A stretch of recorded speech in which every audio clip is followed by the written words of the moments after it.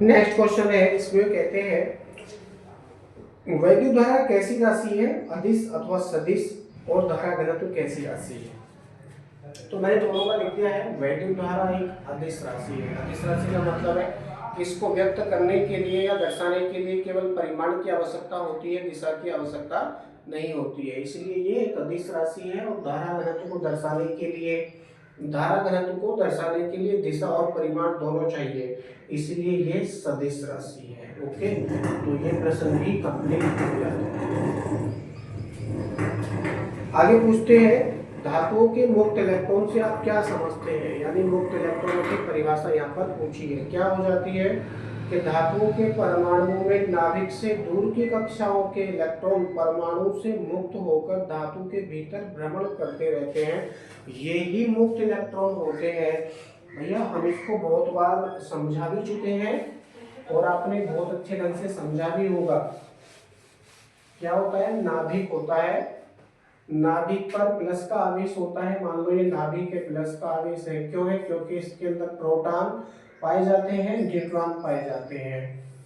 ठीक है, प्रोटॉन में न्यूट्रॉन होते हैं, आकृति गोल होती है, इसके बाहर वृत्ताकार कक्षाएं होती हैं कुछ इस तरह से।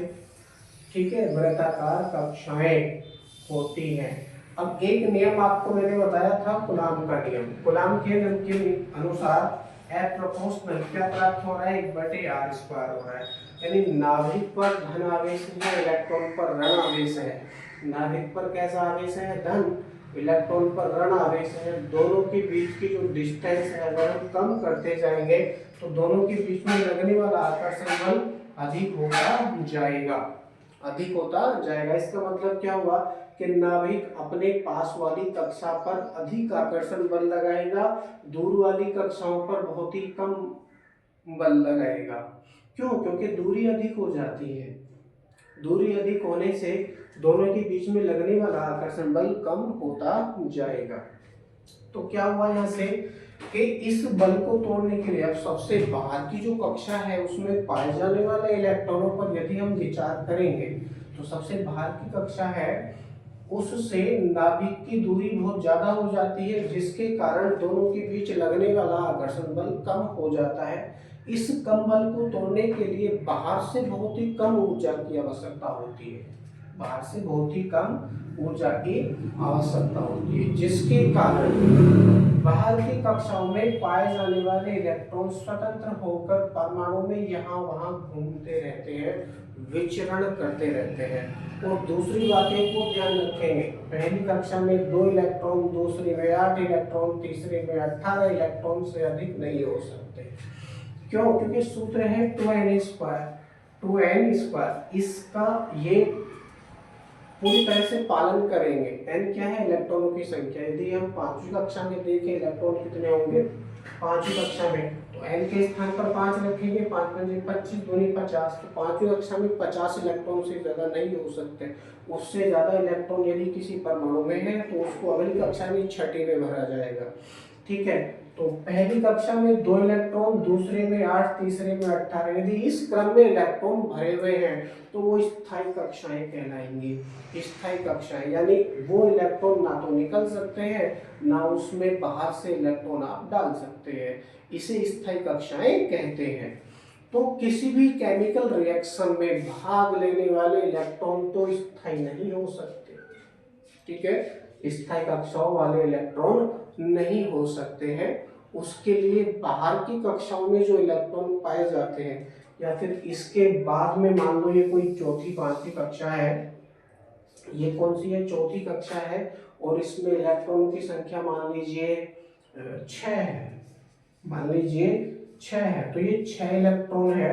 और 4थी कक्षा में कितने इलेक्ट्रॉन मैक्सिमम आ सकते हैं, इस 2n² के अनुसार यदि हम देखें तो 32 इलेक्ट्रॉन इसमें आ सकते हैं। 32 इलेक्ट्रॉन, 32 इलेक्ट्रॉन। इसमें केवल 6 इलेक्ट्रॉन है तो माइनस कर दो तो बचे 26, यानी 26 इलेक्ट्रॉन इसमें और आ सकते हैं, 26 इलेक्ट्रॉन। दूसरी बात ये है, केमिकल रिएक्शन करने के लिए, रासायनिक अभिक्रिया करने के लिए बाहर की कक्षाओं में पाए जाने वाले इनकम्प्लीट इनकम्प्लीट कह सकते हो आप इन इलेक्ट्रॉन्स को, क्योंकि स्थायी कक्षा नहीं है। स्थायी का मतलब है पूरी तरह से भरी हुई कक्षा, बिल्कुल कंप्लीट। तो जो चौथी कक्षा है वो स्थायी कक्षा नहीं है, इसमें इलेक्ट्रॉन बाहर से आ भी सकते हैं और आप इन इलेक्ट्रॉनों को केमिकल रिएक्शन कराने के लिए निकाल भी सकते हैं। तो ये इलेक्ट्रॉन क्या कहलाएंगे? मुक्त इलेक्ट्रॉन कहलाएंगे। क्या कहलाएंगे? मुक्त इलेक्ट्रॉन।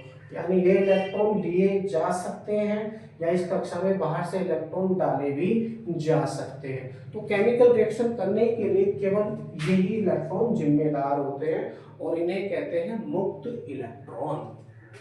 मुक्त इलेक्ट्रॉन।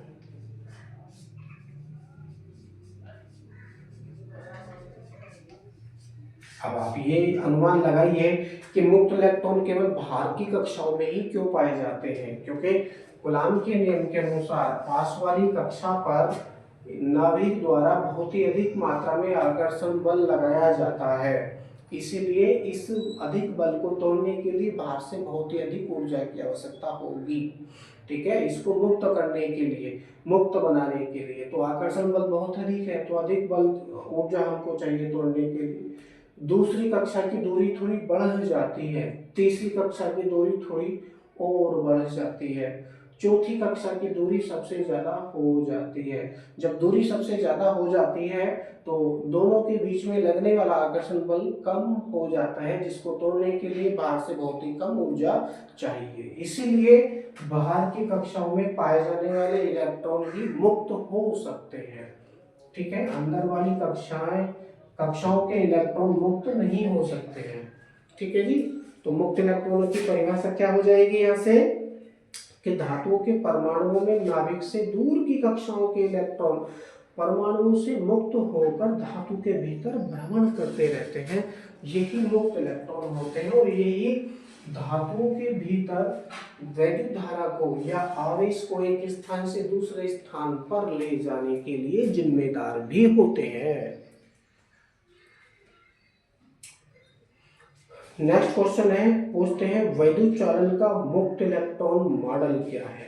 तो वैद्युत चालन का मुक्त इलेक्ट्रॉन मॉडल ही मैंने आपको ये समझाया है। ये क्या है? मुक्त इलेक्ट्रॉन मॉडल।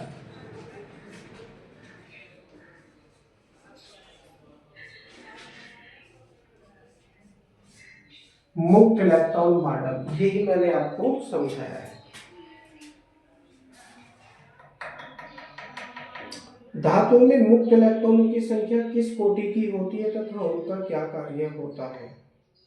तो देखो, सभी धातुओं में, लगभग सभी धातु में जो चीज धातु की बनी होती है, जैसे लोहा हो गया, टीन, एल्यूमिनियम, तांबा या और भी बहुत सारी धातुएं हो गई, उनके अंतर्गत 10 की पावर 29 प्रति मीटर की पावर 3, यानी 10 की पावर 29 प्रति मीटर की पावर 3 इतने इलेक्ट्रॉन पाए जाते हैं, यानी उसके प्रति मीटर की पावर 3 आयतन में।